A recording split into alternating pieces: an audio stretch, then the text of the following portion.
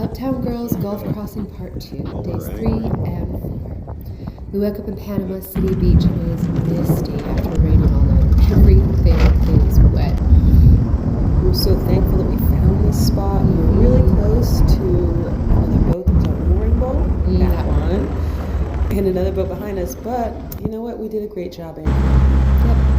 And Justin is so helpful on the boat this morning. He's never been sailing before in this capacity for such a long voyage. And it's just jumping in, hauling anchor, and helping us with all the things, helming and getting off into the water. So we get out the inlet. And there was a bunch of dolphins coming out the inlet. It started out looking like it was going to be a nice, calm day. We take logs as much as we remember. It's still a little chilly out, but it's warmer than it was when we start out, so that feels Hopefully great. tonight. Kind of dry out a few things. And the day's beautiful, but we're so tired that we decide to stop in and have a night to dry out and rest before we do 2 overnights across the Gulf, just for safety. So we're drying everything out. We are charging up and eating some good hot soup. Yeah, it's good to have a good dinner before, especially when Let's you're just go to the tired. It's beach. not fun to sail long distances when you're sleepy. So we're obviously in a much better mood today. Gia being so cute, getting ready to go. So we anchor at Port St. Joseph, a beautiful little inlet, and it's super secluded, and we're the only ones there, and it's just amazing. We have a Sporty morning? Yep, sporty morning, and kind of those, when the wind is high, it's chilly, and when it's not, it's nice and warm. The waves are come down throughout the day. The dolphins busy as we dance with the day.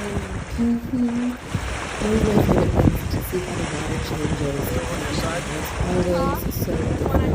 Dolphins are ever with us, thinking about, how sometimes we don't even notice them or see them, or they want to come play or they don't.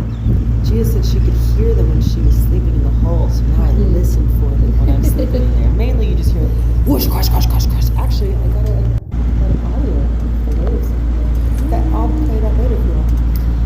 Anyways, the sunset is gorgeous. The wind really slows down for our sunset and moonrise. That's okay, because we just cut the engine and float and look at it. Just put a sail up, go slow, Just look at rest. And this sunset kept on going. It was over an hour Look of at that moon, spectacular. sunset moon, back and forth. Stunning.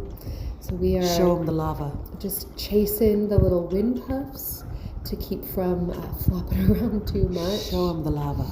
Oh, look at it. It's closer and closer and Zoom in. closer. And look at those. I never get tired of watching sunsets. The lava. And the moon rises, and we take turns sleeping overnight. So here we're doing the overnights, and we helm for a few hour shifts overnight and sleep when we're tired, and are so grateful to have such a good crew. The Elaine full moon takes was us through awesome. the morning, and we are so happy.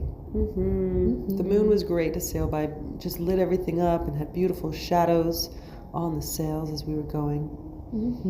I think one of just the best things is to feel like we've made it. We made it. Look at how Made cute. it. Cute. Puffy clothes and all. The mornings are so chilly, but it's worth it. So we have some breakfast, and we'll update you on part 3 very soon.